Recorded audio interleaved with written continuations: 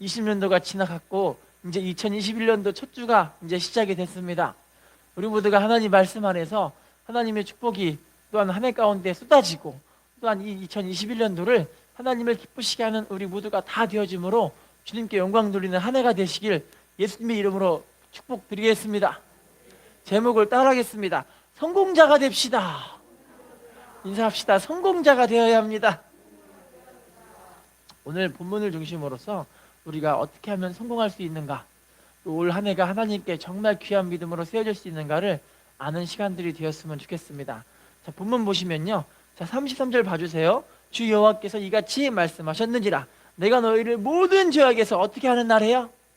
정결하게 하는 날에, 우리의 죄를 정결하게 하는 날이라고 첫 번째 우리에게 딱 지금 꼽고 있어요. 가장 중요한 것이 뭐냐면 우리가 죄가 깨끗해야 돼야 될 줄로 믿습니다. 죄사함을 받아야 되는데요, 이 죄사함을 받는 날을 그렇게 강조하면서 하는 말이, 자, 죄사함을 받는 그날이 어떤 일들이 벌어지냐면 성읍들에 사람이 거주하며 황폐한 것이 건축되게 된다. 할렐루야. 여러분, 무너진 것들이 다시금 세워진다는 이야기를 하는 거예요. 여러분, 아마 이 황폐한 성읍이라든지 이것이 아마 우리의 가정이 되어질 수도 있고 우리의 직장과 일터가 되어질 수도 있고 우리의 사업장이 될 수도 있어요. 또한 우리의 이 살고 있는 용인이라는 도시가 될 수도 있고 우리 대한민국이라는 그런 국가가 되어질 수가 있죠. 여러분, 죄사함이 얻게 되는 그날에 이 황폐했던 것들을 하나님이 지금 다시 일으켜 세우신다라는 거예요. 다시 건축되게 하실 줄로 믿습니다. 우리의 무너져 있는 사업들을 하나님이 일으켜 세우실 것이고요, 우리의 가정이 사람이 살 수가 없는 너무나 힘들고 너무나 힘든 그런 가정임에도 불구하고 하나님의 은혜가 쏟아지기 때문에 가정들 모두가 다 하나님의 은혜가 새롭게 되어지고 믿음으로 한마음 되어져서 정말 살맛이 나는 그런 가정 되게 하실 줄로 믿습니다. 또 보시면요, 35절 보시면 이렇게 되어 있어요. 34절에 황폐한 땅이 장차 경작이 되어진다. 여러분, 경작이라는 것은 무엇이냐면 땅을 갈아 엎어버린다는 거죠. 할렐루야. 땅을 갈아 엎어서 비옥한 땅으로 옥토가 되게 만든다라는 거예요. 할렐루야. 여러분, 여태까지 우리의 가정과 우리의 이 직장과 우리의 물질적인 여러 가지 생활들이 참 힘들고 연약하고 어려운 생활들을 살았어요.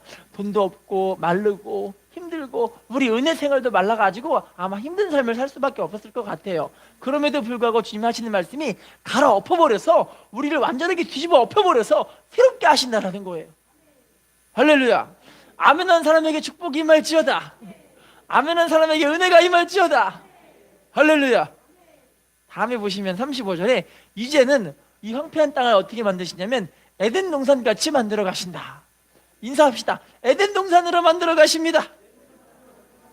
에덴 동산이 어떤 거냐면 상함도 없고 해함도 없고 여러분 아픈 것도 없고 사망도 없고 힘들고 피곤하고 연약한 모습도 없는 그런 귀한 곳인 줄로 믿습니다. 여러분, 이 모든 것들을 지금 하나님이 뭐라고 일하고 하신다냐면 이 죄사함을 얻게 하는 날에 하나님이 일하기 시작하시는데, 한번 봅시다. 36절이에요. 36절 읽어볼까요? 36절 시작. 너희 사방에 남은 이방 사람이 나 여호와가 무너진 곳을 황폐한 자리에 심은 줄을 알리라. 나 여호와가 말하였으니, 따라해볼까요? 나 여호와가 말하였으니 이루리라. 누가 이루어 주신다고요? 전능하신 하나님께서. 여러분, 내 힘으로 하는 것이 아니라 하나님이 되게 하신다라는 거예요. 할렐루야. 하나님이 되게 하시는 그 축복이 우리 삶 가운데 있게 하실 줄로 믿습니다. 그래야므로 여러분, 정말 중요한 게 어떤 거냐면 우리가 죄사함을 얻게 하는 그날, 우리 죄가 정결하게 하는 그날에 하나님이 이렇게 일을 하셔서 황폐한 성읍들을 다시 건축되게 만드시고 황폐한 땅들을 다시 경작되게 만드시고 하나님 앞에 에덴 동산 같은 그런 축복으로 우리의 삶을 채우실 줄로 믿습니다. 여러분, 오늘 말씀은 회복과 치유의 말씀이지만 올 한 해가 바로 하나님의 축복이 쏟아지는 그런 한 해가 되시기를 예수님의 이름으로 부탁을 드리겠습니다. 여러분, 중요한 건 이 죄사함을 받아야 되는데요. 할렐루야. 광부 생활을 하고 있는 어떤 남편을 가지신 이런 자매님의 이야기입니다. 그분이 이 가정의 남편이 명색이 가정임에도 불구하고 이 밖에서 하러 다니는 일들을 너무나 좋아하는 거예요. 밖에서 놀러 다니고 건달 생활하고 사람들 만나서 짝짝하고 노는 걸 너무 좋아하는데 가정에는 돈을 한 푼도 안 갖다 주는 거예요. 이 애기 엄마가 애기를 낳고 나서 애기를 키워야 되는데 돈이 없으니까 자기 혼자 일을 해서 열심히 일하다 보니까 남편이 돈 안 갖다 주고 자기 스스로가 애를 키워야 되니까 얼마나 힘들겠어요. 힘들어가지고 만나는 사람들마다 남편 흉을 보는 거예요. 이 남편이 글쎄 나를 이렇게 힘들게 하는 남편이라고, 아주 나쁜 남편이라고 막 욕을 하고 험담을 하는 거예요. 우리 같으면 어떻게 될까요?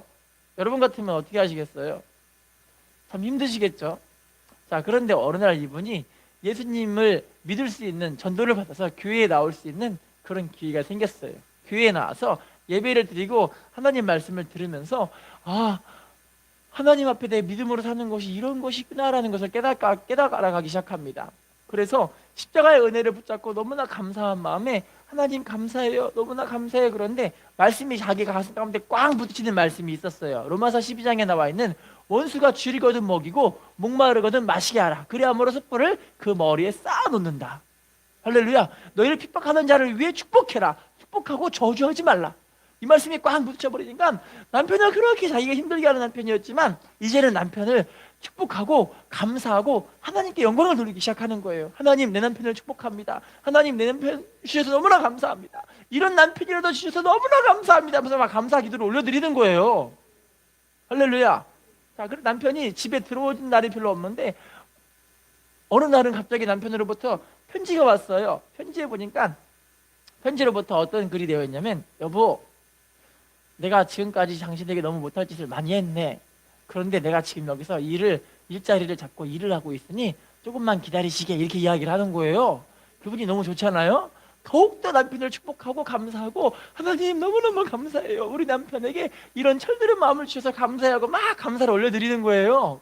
자, 그런데 어느 날 남편에게 편지가 오는데, 편지 속에 뭐가 들어있냐면 돈이 같이 들어있는 거예요. 그래서, 여보, 내가 이제 직장에서 일을 잘하게 되어져서 이제는 월급을 많이 받게 되었어. 여보, 이제 더 이상 일하지 말고 그 돈으로 생활비를 잘 쓰시고 몸 건강하게 잘 있으시게 라고 편지가 또 온 거예요. 너무 기쁘잖아요. 더욱더 남편을 축복하는 거예요. 하나님 감사합니다. 우리 남편이 철들어서 인제 새벽까지 보내주고 얼마나 감사한지 몰라요. 하나님 감사해요, 감사해요 하면서 하나님께 영광을 막 올려드리는 거예요. 이제 세 번째 편지가 딱 왔는데, 세 번째 편지는 뭐라고 되어 있냐면, 여보, 이제 내가 집에 돌아갈 수가 있게 됐어. 내가 이제 성공해갖고 돈을 많이 벌게 되어져서 우리 가정을 잘 부양할 수 있게 될 것 같아. 여보, 지금까지 고생했어, 너무 감사해 하면서 집으로 다 이제 돌아오게 되어져가지고 같이 화목한 가정들을 꾸렸다고, 뭐 그런 이야기가 있는데, 이 자매님이 하나님께 이런 이야기를 하는 거예요. 하나님, 정말 하나님의 은혜에 너무너무나 감사해요, 그 얘기를 하시는 거예요. 할렐루야. 내가 만약에 예수를 믿지 않았더라면 지금 내 마음이 다 썩어 문드러져서 아마 자살해버리고 죽어버렸을 텐데, 주님의 은혜로 우리 남편을 변화시켜 주시고 우리 가정을 화목한 가정 만들어 주셔서 너무나 감사하다고 그렇게 하나님께 영광을 올려드리게 되었다라는 거죠. 할렐루야. 여러분, 우리 하나님께서 우리에게 은혜 주셔서 살게 해주셔야만 우리는 살 수 있는 줄로 믿습니다. 하나님이 함께 해주셔서 변화시켜 주셔야만 우리가 하나님의 축복 속에 영광 누리게 하실 줄로 믿습니다. 사람을 변화시키는 건 사람이 아니에요. 사람 변화시키는 건 하나님이신 줄로 믿습니다. 자, 그러면요, 예레미야 5장 25절 말씀 읽어볼까요? 예레미야 5장 25절 시작. 너희 허물이 이러한 일들을 물리쳤고 너희 죄가 너희로부터 좋은 것을 따릅시다. 우리의 허물이 좋은 일들을 물리치고 우리의 죄가 좋은 것을 막아버립니다. 여러분, 아직까지 우리의 죄사함을 얻지 못하는 여러 가지 문제들 가운데 지금 있으신가요? 내가 열심히 신앙생활했지만 그 열심히 신앙생활한 것이 내 열심이었던가요? 아니면 주님 주시는 은혜로서 우리가 승리하는 삶을 살고 있는 모습이었을까요? 여러분, 우리 모두가 주님께서 주신 이 죄사함의 은혜를 다들 누렸으면 좋겠습니다. 죄사함의 은혜를 누렸으면 좋겠습니다. 자, 그러면요, 우리가 죄의 문제만 해결이 되기만 하면 우리는 하나님 주시는 이 새 에덴의 축복들이 다들 회복이 되어지실 텐데, 이 죄사함의 은혜가 어떻게 하면 이루어질 수 있을까요? 히브리서 1장 3절 말씀 읽어보겠습니다.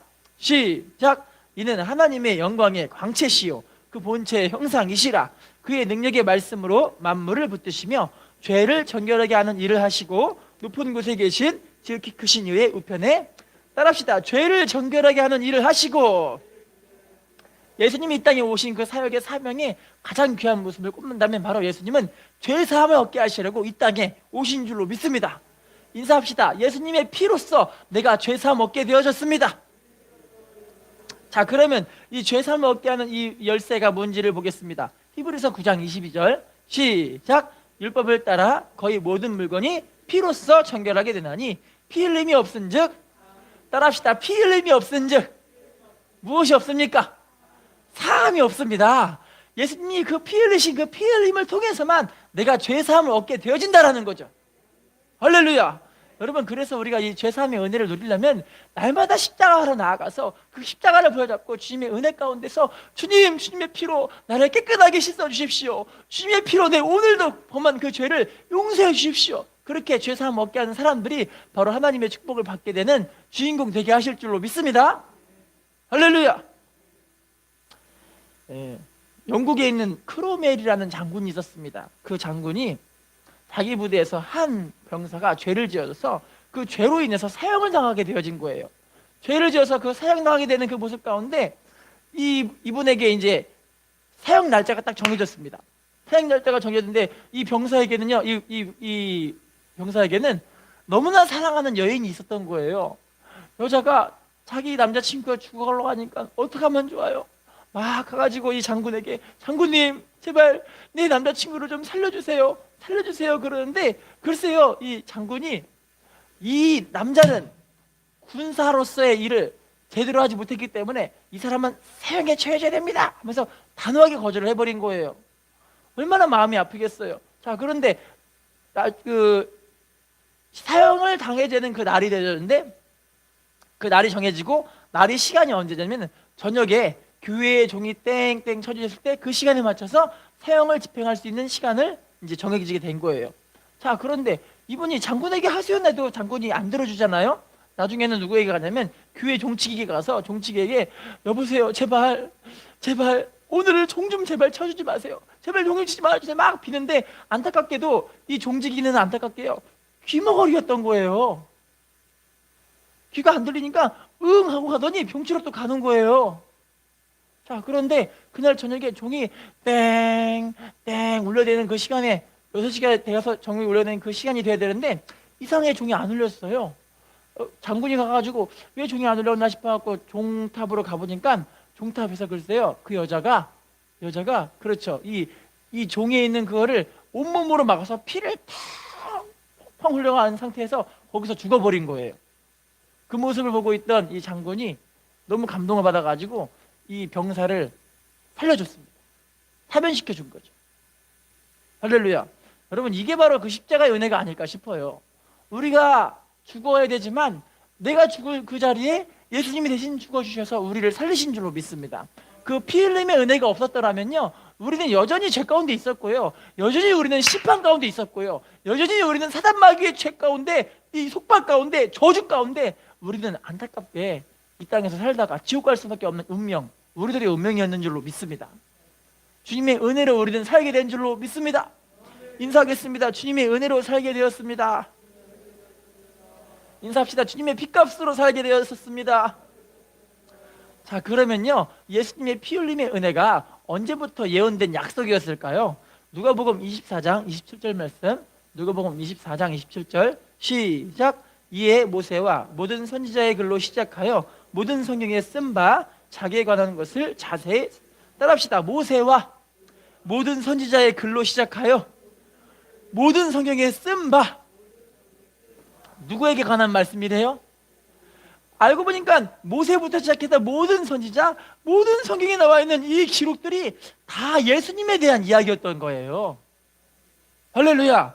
그러니까요, 예수님의 이 피 흘림의 약속을 이미 모세 때부터, 창세기부터 시작해서 모든 약속들을 다, 예수님에 대한 이야기들을 다 기록해 놓고, 내가 너희들을 이때 이렇게 해서 살려주겠다, 이 십자가의 피 흘림의 공로로 너희들을 살려주겠다, 주님 계속해서 반복적으로 말씀하셨다라는 거죠.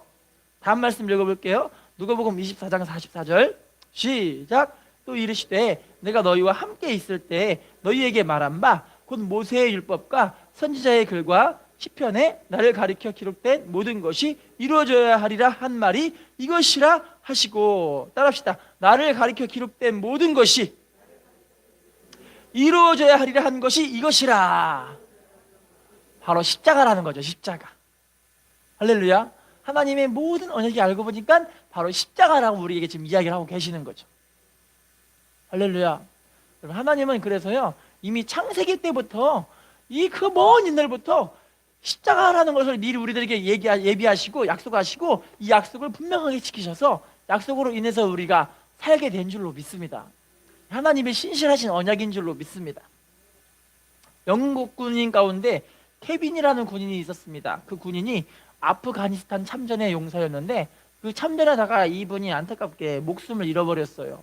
감사하게도 그분의 이 시신은 그대로 보존이 돼가지고 이 시신을 가지고 다시 영국의 본토에 와가지고 장례식을 엄숙하게 치르게 됩니다. 장례식을 막 치르고 있는데 갑자기 저 장례식 끝에 행렬에서 어떤 남자가요, 연두색 형광색 원피스를 딱 입더니 입은 상태로 막 장례식장으로 막 뛰어오고 있는 거예요. 그래서 사람들이 다 이 사람 맞고 있어요. 아니 당신 미친 사람 아니냐고, 왜 장례식에 이렇게 우스꽝스러운 모습으로 남자가 그것도 원피스를 입고 그런 차림으로 장례식에 찾아왔냐고 그랬더니 이분이 눈물을 펑펑 쏟으면서 제발 저를 좀 장례식장에 들어가게 해주세요. 이 케빈의 장례식장에 들어가게 해주세요. 이야기를 하는 거예요.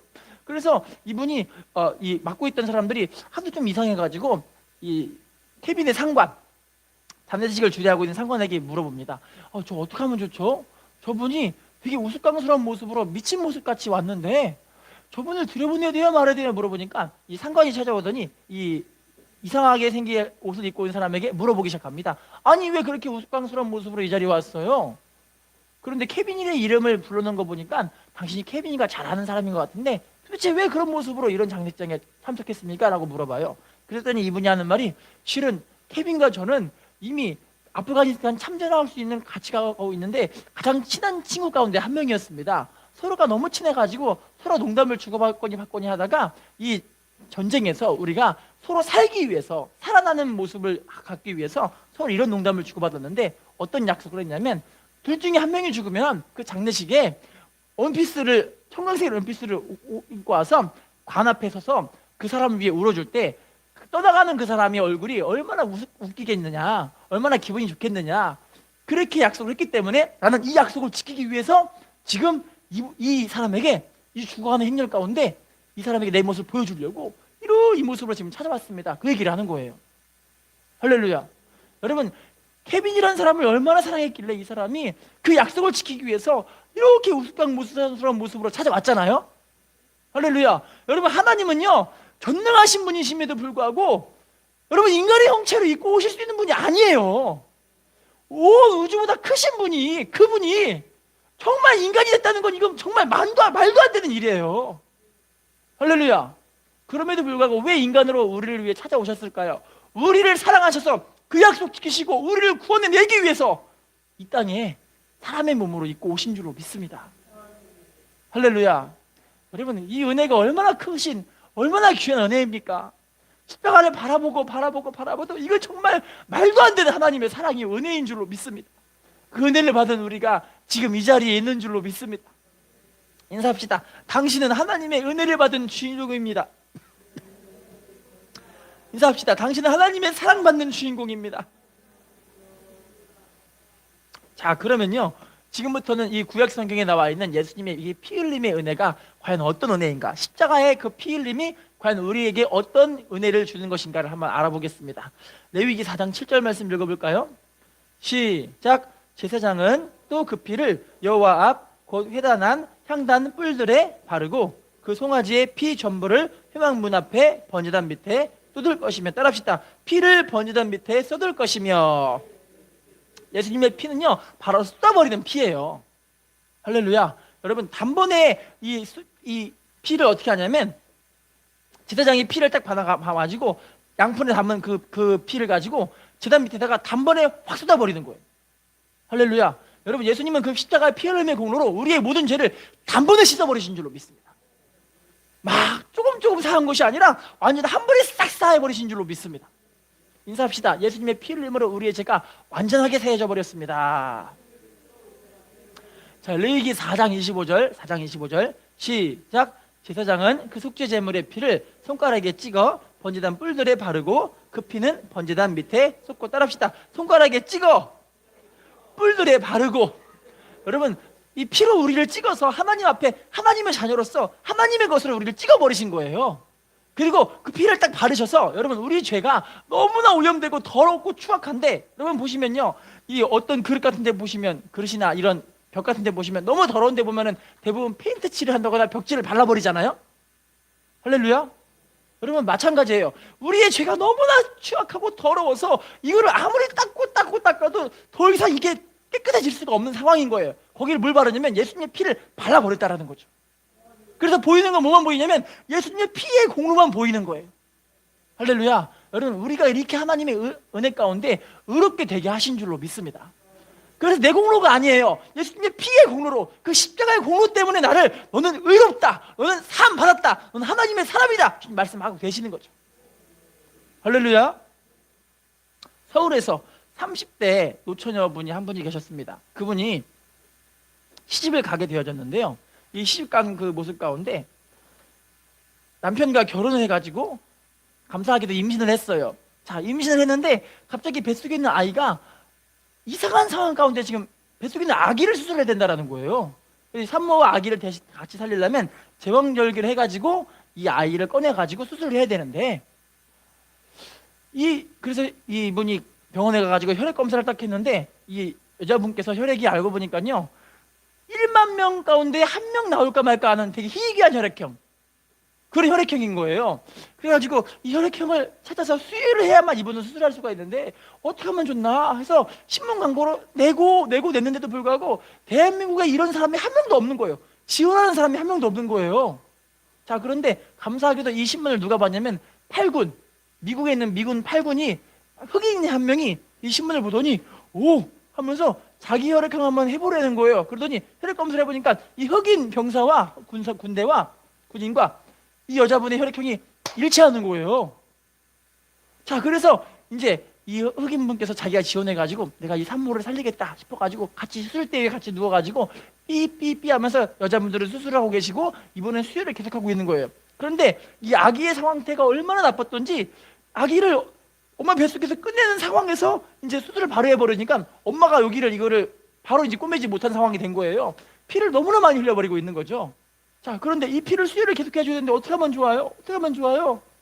그런데 감사하게 이 흑인분이 제 피를 이분이 살 수 있을 때까지 계속 뽑아주세요 라고 이야기를 하는 거예요. 할렐루야. 결국엔 어떻게 됐냐면요, 흑인은 죽어버리고 산모는 살았어요. 근데 그걸 허락한 사람이 누구냐면 내가 죽고 이 산모를 살려주세요 라고 그분 이야기를 했다라는 거예요. 할렐루야. 너무 귀한 하나님의 은혜인 줄로 믿습니다. 저는 이런 이야기를 들으면서 아, 진짜 이게 십자가의 은혜구나, 이게 정말 십자가의 사랑이구나, 주님의 이 피의 공로가 아니었더라면 우리는 어떻게 살 수 있었을까. 할렐루야. 인사하겠습니다. 주님의 피의 공로로 우리가 살게 되었습니다. 다시 인사합시다. 주님의 피의 공로로 우리를 의롭게 하셨습니다. 자, 다음 말씀 보겠습니다. 레위기 5장 9절 시작. 그 속죄 제물의 피를 제단 곁에 뿌리고 그 남은 피는 제단 밑에 흘릴지니 이는 속죄제의 피요. 따라합시다. 제단 밑에 흘릴지니. 흘려버리는 피입니다. 흘려버리는 피. 그 피를 통해서 우리의 죄를 모두 버리게 하신 줄로 믿습니다. 다음 말씀 보겠습니다. 레위기 17장 13절 시작. 모든 이스라엘 자손이나 그들 중에 거류하는 거류민이 먹을 만한 짐승이나 새를 사냥하여 잡거든 그것의 피를 흘리고 흙으로, 따라합시다, 흙으로 덮을지니라. 여러분, 흙으로 덮어버렸기 때문에 더 이상 들춰볼 수가 없어요. 할렐루야. 여러분, 우리의 죄는 예수님의 피 흘림의 공로로 더 이상 죄를 들춰볼 필요가 없는 그런 죄로 하나님께서 사해 주신 줄로 믿습니다. 자, 그 모습 보고요, 미가서 7장 19절에서 이렇게 말씀합니다. 읽어보겠습니다. 시작. 다시 우리를 불쌍히 여기셔서 우리의 모든 죄를 깊은 바다에 던지시리이다. 따라합시다. 우리의 모든 죄를 어떻게 하셨대요? 깊은 바다에 던져버려서 더 이상 죄를 끌어낼 수가 없다라는 거예요. 할렐루야. 여러분, 더 이상 우리의 죄는 죄사함 얻어버렸기 때문에 죄책감 같은 거 가질 필요가 없다라는 것입니다. 인사합시다. 죄책감은 마귀의 장난입니다. 인사합시다. 당신은 완전한 의로움을 받으셨습니다.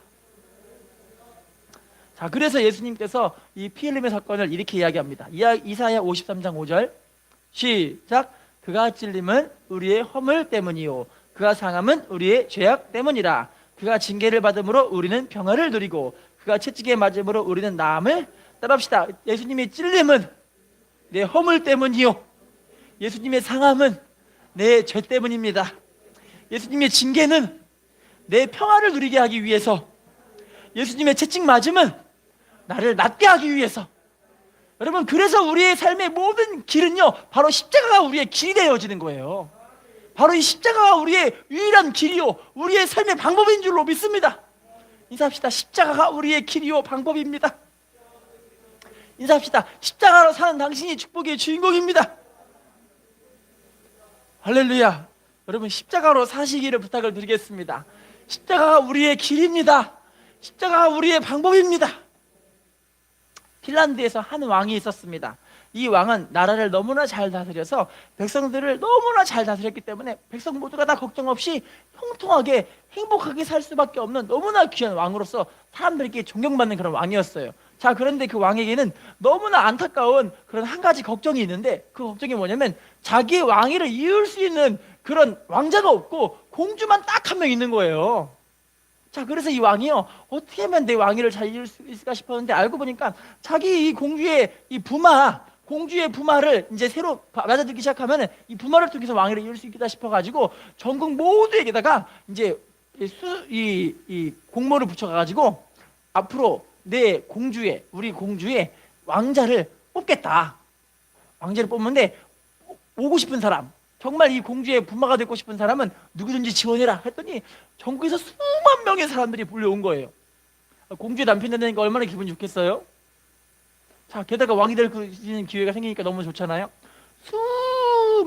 수백만 명의 남자들이 막 지원을 해가지고 왕자의 이제 이 싸움을 하는데, 여러 가지 시험, 첫 번째 시험은 이런 시험을 해줍니다. 말타기와 활쏘기와 체력 훈련, 이런 것들을 막 통과하는데, 통과하면서 수백 명의 사람들이 다 떨어져 나가고 겨우 20명만 남았어요. 자, 두 번째 시험은 어떤 시험이냐면 이런 문제를 내요. 왕이 지혜에 대한 시험인데, 이 시험을 통과하기만 하면 이제 왕이 될 수가 있어요. 이 시험이 어떤 거냐면, 자, 여러분도 한번 풀어보세요. 높은 하늘과 땅을 이어주고, 높은 하늘과 땅을 이어주고 이웃과 이웃들을 이어주는 나무는 어떤 나무인가? 그 나무를 구해오시라 이야기를 한 거예요. 그래서 기간을 100일을 줬습니다. 100일을 줘서 20명의 사람들이 다 생각하면서 한 게, 높은 하늘과 땅을 이루려면 이 나무가 높아야 되겠지, 그리고 사랑과 사랑하는 사이를 이어주려면 가지들이 많이 있어야 되겠지. 사람들이 그 나무를 찾고 찾는데, 그 중에서 20명의 지원자 남은 사람 가운데 한 명의 이름이 누구냐면 존 페로라는 청년이 있었어요. 그 청년은 누구냐면 교회에서 고아로 자라난 그런 안타까운 청년이었던 거예요. 그런데 이분이 그래도 20명 지원자 가운데 나는데 이제 하나님께 기도하면서, 하나님, 제가 어떻게 하면 그 나무를 찾을 수가 있죠? 하늘과 땅을 잇는 높은 나무가 있어야 되고 사람과 사이를 이어주는 너무나 가지가 많은 나무를 찾아야 되는데, 그런 나무를 아무리 찾고 찾아도 하나님 없어요. 어떻게 하면 좋아요? 하면서 교회 와서 막 기도를 하기 시작합니다. 하나님, 어떻게 하면 좋아요? 하나님, 어떻게 하면 좋아요? 제발 그 나무를 찾게 해주세요! 라고 기도를 하고 나서 이제 다시 밖으로 나가서 찾아보려고 하다가 갑자기 뭔가 이상해가지고 다시 문을 열고 교회의 정면을 딱 바라보는 순간 뭐가 보였을까요? 다 알고 계시네요. 십자가가 보였던 거예요. 그래서 그분이 그 나무는 바로 십자가 나무였구나 깨달아가지고 교회의 십자가 나무를 딱 뛰어가다가 이제 왕에게 가져갔어요. 왕이시여, 이 나무가 바로 하늘과 땅을 잇는 나무요, 사람과 사람 사이를 잇는 나무입니다. 그랬더니 왕이 기가 막히게 기분이 좋아가지고 이분을 왕으로 삼으셨어요. 할렐루야. 여러분, 십자가가 정말 우리의 길이 될 줄로 믿습니다. 십자가가 우리의 축복의 방법이 될 줄로 믿습니다. 인사하겠습니다. 십자가가 길이요 방법입니다. 자, 그 다음에 이제 죄사함의 문제가 어떻게 하면 해결이 될까, 죄의 문제가 어떻게 해결이 될까 또 한번 보겠습니다. 사도행전 2장 38절 읽어볼까요? 시작. 회개하여 각각 예수 그리스도의 이름으로 세례를 받고 죄사함을 받으라. 그리하면 성령의 선물을, 따라합시다. 회개하여 세례 받고 죄사함 받으라. 그리하면 뭘 받을까요? 성령의 선물, 성령을 받는다라는 거예요. 여러분, 성령 받은 사람들은 죄사함 얻었습니다. 여러분, 그래서 로마서 8장 1절 2절 보시면 이제 여러분들 나중에 보시면 아실 거예요. 그러므로 이제 그리스도 예수 아는 자에게는 결코 정죄함이 없나니, 그 1절에 나와 있는 그 정죄라는 것은 죄사함에 대한 이야기를 하고 있는데, 그게 원어 성경과 킹제임스 번역에는 이렇게 되어 있어요. 성령을 따라 행하고 육신을 따르지 않는 예수 안에 있는 사람들에게는 정죄함이 없다. 알고 보니까 죄사함의 은혜를 어떻게 누리냐면 육신을 안 따르고 성령을 따라가는 사람들에게 이 죄사함의 은혜가 누려진다는 거예요. 다음 말씀 읽어볼까요? 예레미야 31장 34절. 예레미야 31장 34절. 시작. 그들이 다시는 각기 이웃과 형제를 가리켜 이르기를 너는 여호와를 알라 하지 아니하리니 이는 작은 자로부터 큰 자까지 다 나를 알기 때문이라. 내가 그들의 악행을 사하고 다시는 그 죄를 기억하지 아니하리라. 여호와의 말씀이니라. 따라합시다. 그들의 악행을 사하고 죄를 기억하지 아니하리라. 31장 전체적인 내용들을 다 보시면 무슨 내용이냐면 성령마다 그 마음에 하나님의 말씀이 새겨진 사람들에 대한 이야기를 다루고 있어요. 하나님이 죄를 안 기억하는 사람은 어떤 사람이냐면 성령 받아서 우리 마음의 신비에 하나님 말씀이 새겨지는 사람들을 보고 다시는 그 죄를 기억하지 아니한다. 주님 말씀하고 계시는 거죠.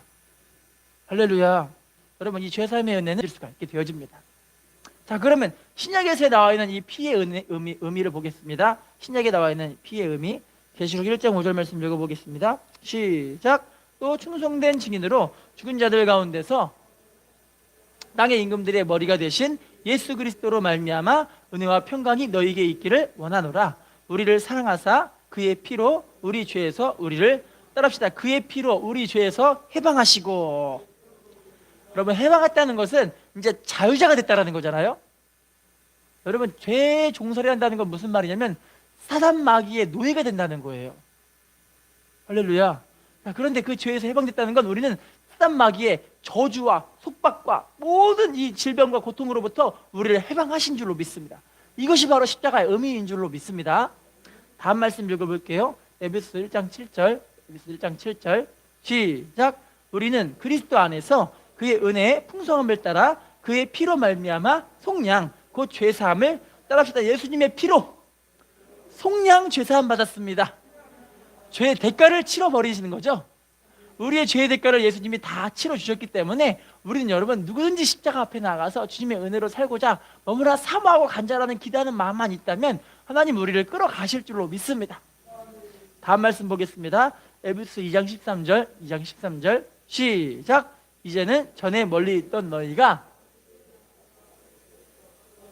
따라합시다. 예수님의 피로 가까워졌습니다. 어느 정도 가까워졌을까요? 요한복음 15장 7절. 시작. 너희가 내 안에 거하고 내 말이 너희 안에 거하면 무엇이든지 원하는 대로 구하라. 그리하면 예수님과 우리가 어떤 연합이 되냐면 하나가 되는 연합이 되었다는 거예요. 여러분, 우리 안에 다 성령님 거하고 계시죠? 여러분, 다 우리 안에 성령님 거하고 계십니까? 인사합시다. 성령님께서 우리 안에 거하십니다. 예수님과 우리가 지금 한 몸이 된 거예요. 뭐로 인해서요? 성령 받음으로 인해서. 그래서 여러분들이요, 우리가 주님 말씀 의지해서 우리가 주님 앞에 주님 말씀대로 그냥 기도하고 간구하기만 하면 무엇인지 하나님 다 들어준다고 말씀하고 계시는 거예요. 여러분, 이와 같은 연합 너무나 귀한 연합인 줄로 믿습니다. 지난번에는 요한복음 1장 12절 말씀에 우리가 하나님의 자녀가 되는 가까움을 이야기했지만 지금은 하나님과 우리 예수님과 우리가 연합이 되어버린 거예요. 하나 우리는 하나 된 줄로 믿습니다. 할렐루야. 인사하겠습니다. 당신은 예수님과 하나가 되어졌습니다. 자, 마지막입니다. 로마서 5장 9절. 로마서 5장 9절. 시작. 그러면 이제 우리가 그의 피로 말미암아 의롭다 하심 받았으니 더욱 그로 말미암아 진노하심에서, 따라합시다. 예수님의 피로 의롭다 하심을 받았고 진노하심에서 구원받았습니다. 여러분, 그래서 우리가요, 이 십자가의 은혜가 우리에게 너무나 귀한 축복이요 은혜이기 때문에 이 십자가의 길로 걸어가는 사람들에게 하나님은 너무나 귀한 은혜로서 우리의 삶을 새롭게 하시고 축복하시고 영광 받으실 줄로 믿습니다. 인사합시다. 십자가가 우리의 길입니다. 십자가가 우리의 방법입니다. 한 개의 예언을 통해 마치겠습니다. 여러 해 동안 늙고 병든 부인을 신실하게 돌봐줬던 간호원이 한 명 있었습니다. 이 부인을 열심히 간호했는데 이 노 부인이 안타깝게요 돌아가셨는데 이 노 부인이 감사하게도 유산들을 막 상속을 하는데 다른 먼 친척부터 시작해서 가까운 친척까지 자기의 유산들을 다 상속하는데 안타깝게 자기를 열심히 간호해줬던 이 간원에게는 뭐만 선물하냐면 이 노부인이 가장 아꼈던 거무튀튀한 나무 십자가. 그것도 엄청 커요. 우리 교회만큼 큰 것 같아요. 이렇게 큰 나무 십자가를 유산으로 이 간원에게 준 거예요. 간원 마음은 어떨까요? 쓸모도 없어 보여요. 거무튀튀해요. 좋은 나무도 아니에요. 기분이 너무 나쁜 거예요. 아니 어떻게 이분은, 내가 그렇게 열심히 이분을 간호해줬는데 나에게 준 게 이거밖에 없냐. 이 쓸모없는 나무 십자가, 정말 싫다 해갖고 거무튀튀하고 더러워 보이고, 그래서 이거를 그냥 집에다가 한쪽 구석에다가 처박아 버렸어요. 시간이 흘러 1년, 2년, 10년이 흘러버렸습니다. 몇 년이 흐르고 나서부터 이분이 갑자기 집안 대청소를 막 하고 있는데 그 유산 상속받은 그 나무 십자가를 발견하게 된 거예요. 십자가를 탁탁 털고 깔끔하게 쓸으면서 노부인과의 추억을 생각하기 시작합니다. 내가 그때 우리 이 노부인을 열심히 간호해줬지 막 생각하고 있는데 그 마음에 섭섭한 마음은 이제 사라지고 노부인에 대한 생각만 하고 있는데, 참 신기하게요, 십자가에 이 가운데 맨 위쪽에 있는 그쪽에 이상하게 열쇠 구멍이 있는 거예요. 지금까지 못 봤던. 자, 그런데 신기한 건 이 노부인이 죽기 전에 이 간원에게 여보 이거 좀 봐봐 하면서 이 십자가 이 열쇠, 조그만 열쇠를 이 간원에게 선물로 줬는데, 갑자기 이게 생각이 나면서 이걸 가가지고, 열쇠를 가가지고 여기 맞춰보니까 딱 들어맞아요. 알고 보니까 이 십자가가 열고 닫게 하는 어떤 통이었던 거예요. 자, 그래서 딱 열고 십자가를 딱 열어봤어요. 알고 보니까 십자가 안에 뭐가 있었냐면 어마어마한 보석들이 꽉 차 있는 거예요. 안 놀라시네요. 안 받고 싶은가 보죠. 그래서 그 보석 보고 이분이 이미 이 십자가는 이 여자분의, 간호원분의 상속이 되었기 때문에 법적으로 아무런 하자가 없이 모든 것이 다 이분 것이 된 거예요. 할렐루야. 이 간호원은 자기가 생각한 것보다 더 엄청나게 큰 부자가 됐거든요. 지금 신년새 첫 주제 왜 이 얘기를 하냐면 다들 복을 받으셨으면 좋겠어요. 여러분, 근데요, 이 거무튀튀한 십자가가, 쓸모없는 십자가가 아마 지금 우리가 갖고 있는 여러 가지 십자가일 수가 있어요. 때로는 내 가정, 내 남편, 내 아내의 문제, 말도 안 들어주고 기분 나쁘게 하는 우리 자녀들, 때로는 우리의 사업장 가운데 내가 열심히 몸부림치고 수고해봤지만 그것이 잘 안 되게 되는 경우, 아마 여러 가지 십자가들이 다 있을 거예요. 때로는 나를 괴롭히는 관계의 문제, 다 십자가예요. 할렐루야. 여러분, 근데 중요한 게 무슨 말이냐면요, 이걸 통해 우리가 아래를 사시는요, 우리가 정말 쓸모없게 여기고 가치 없게 여기고 기분 나빴던 그 십자가가, 알고 보니까 그 십자가 안에 보화가 지금 숨어 있을 수 있다라는 거예요. 할렐루야. 우리가 해야 되는 건 뭐냐면 이 십자가의 길로, 이 십자가의 방법으로 이제 보화들을 찾아내시면 된다라는 거죠. 할렐루야. 결론입니다.